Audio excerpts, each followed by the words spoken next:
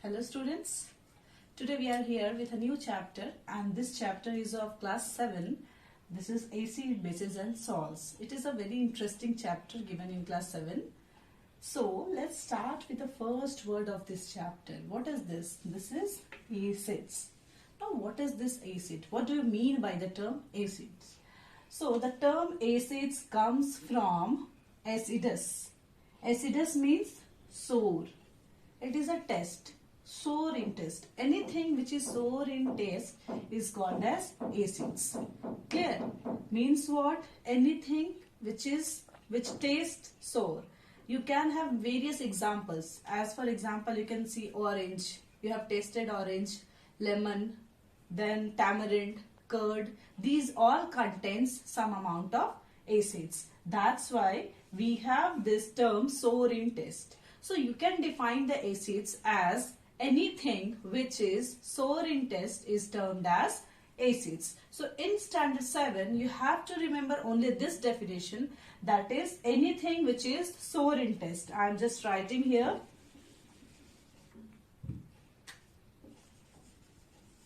Anything which is sour in taste is called as acids.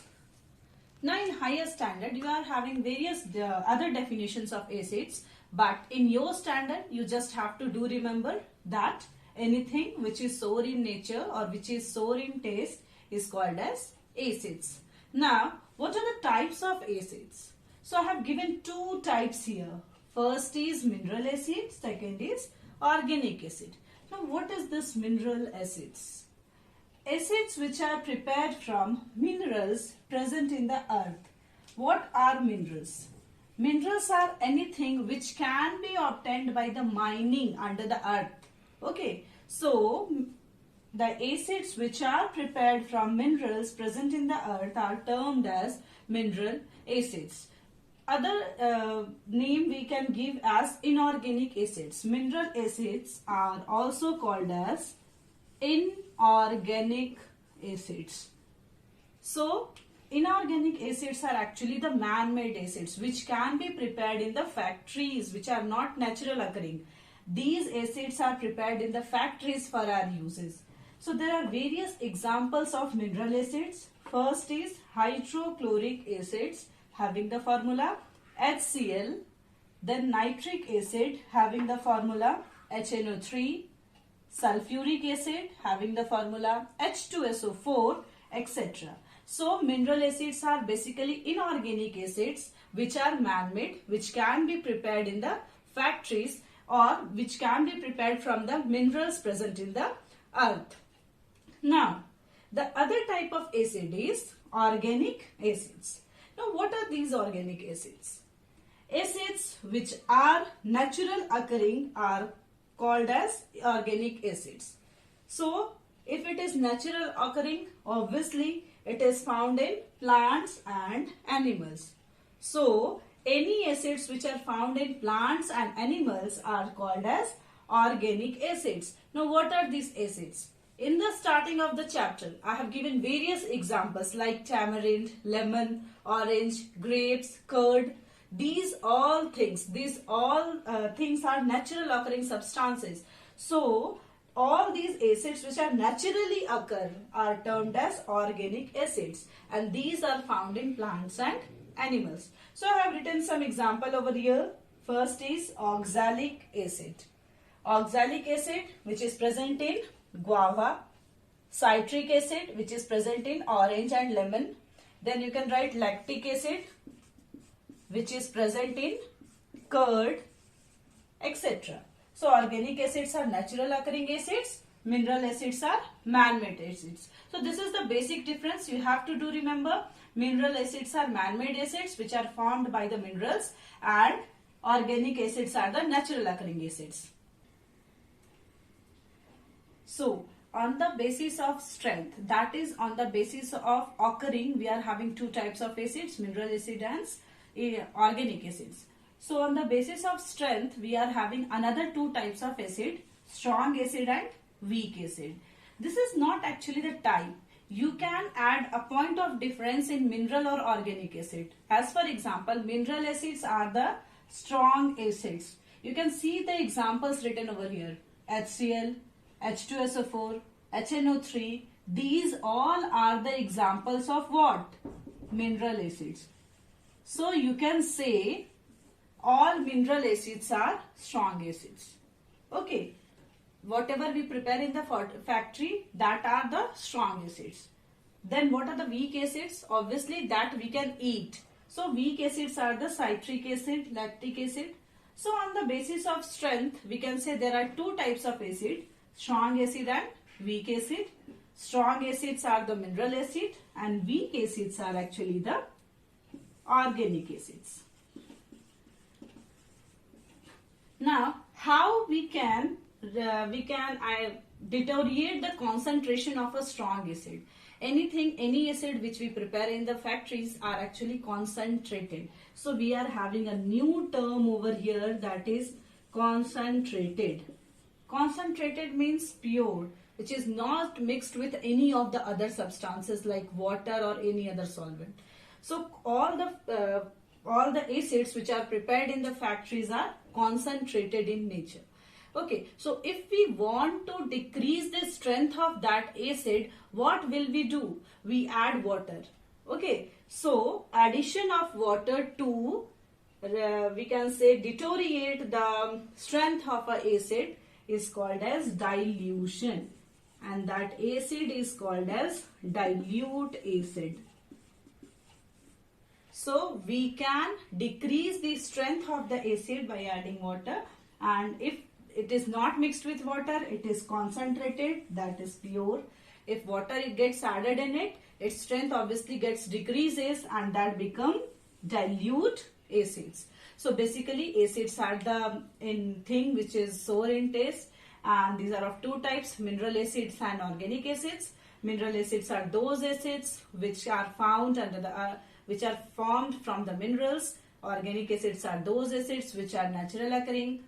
Mineral acids are strong acids, organic acids are the weak acid.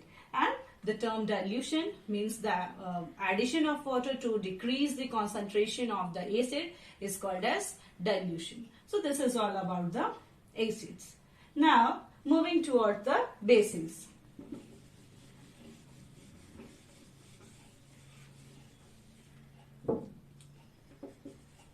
Bases. So bases are just opposite to that of the acids. They are bitter in taste. One more thing you can add in bases, that is slippery in touch. When you touch it, you feel slippery.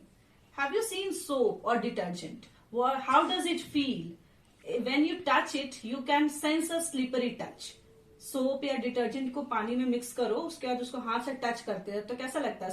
Slippery लगता है, right, वो smooth लगता है. तो that slippery touch, that is actually the basis. Have you observe the baking soda? That is also one of the example of basis. Baking soda को भी हाथ में लेके टच करके देखोगे, that is also smooth in nature. So anything which is slippery in touch and the taste is what? Bitter. Anything that is slippery in touch and bitter in taste is termed as bases. So there are various bases. NaOH, that is sodium hydroxide. Then KOH, potassium hydroxide. And many more are there. Okay, so bases are the substances which are bitter in taste and slippery in touch. Now, one very important topic is given in your book, that is alkalis. What is alkalis? What are these alkalis? So alkalis are nothing but the bases. Any bases which are soluble in water are termed as alkalis. So you can define it. Bases which are soluble in water are called as alkalis. So do remember, almost all bases are alkalis because almost all bases are soluble in water. So you have to do remember that all alkalis are bases, but all bases are not alkalis. Listen my words very carefully. All alkalis are bases, but all bases are not alkalis. Why? This is a very important question in standard 7. Even in standard 10 also it is a very important question. All alkalis are bases because the bases which are soluble in water are called as alkalis, but all bases are not alkalis because not 100% bases are soluble in water. There are certain bases which are not soluble in water. Okay, so all alkalis are bases, but all bases are not alkalis.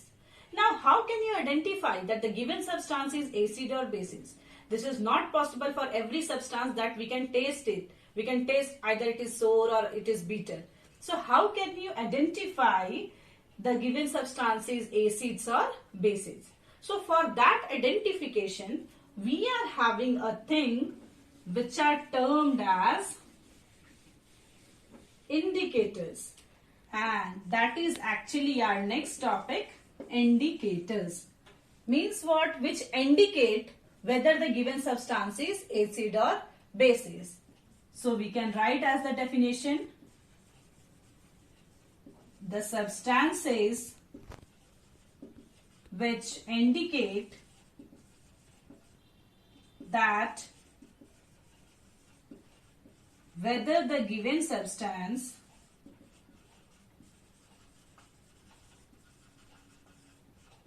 is acid or base is termed as indicators. So, indicators are the substances which indicate whether the given substance is acid or base. So, how it can indicate? It is actually by the color change it will show that it is the indicators. There are various kinds of indicators, but in your standard you have to only remember about the indicator which shows change in color. Okay, if you add acids, it changes its color. If you add bases, then also it changes its color. So indicators are there. So there are various kinds of indicator which we can use. Okay, so very popular kind of indicator, very popular indicator is litmus. Now this is available in the market in the form of papers. So I am having some litmus paper. These are actually the litmus paper.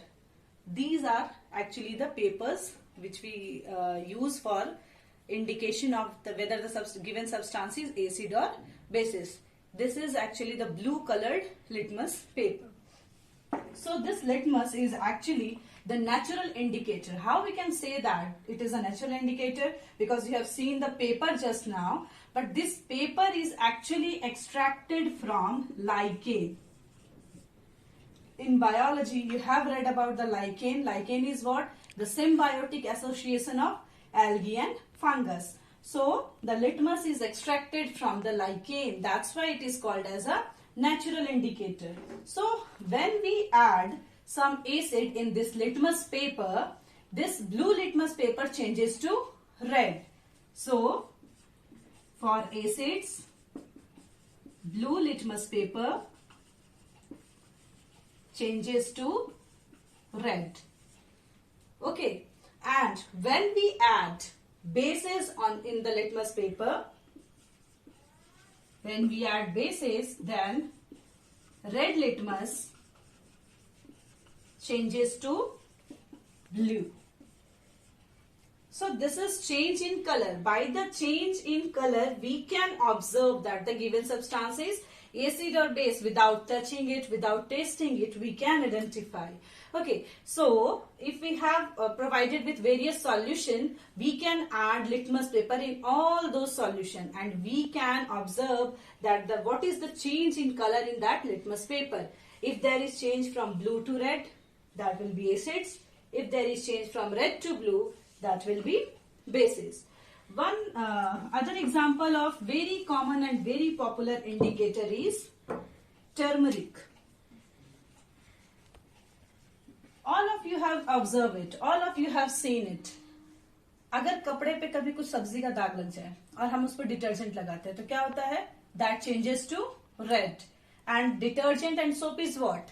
Bases, right? So turmeric is also one of the very common example of indicator. So turmeric in acids, there is no change in turmeric color, but if we use bases, it turns to red, right? So there are various kinds of indicator, various types of natural indicator which we are having. The hibiscus juice, that is also one of the example. The beetroot juice, the red cabbage juice, that is also one of the example of the indicator. So indicator is what? The substances which indicates whether the given substance is acid or base.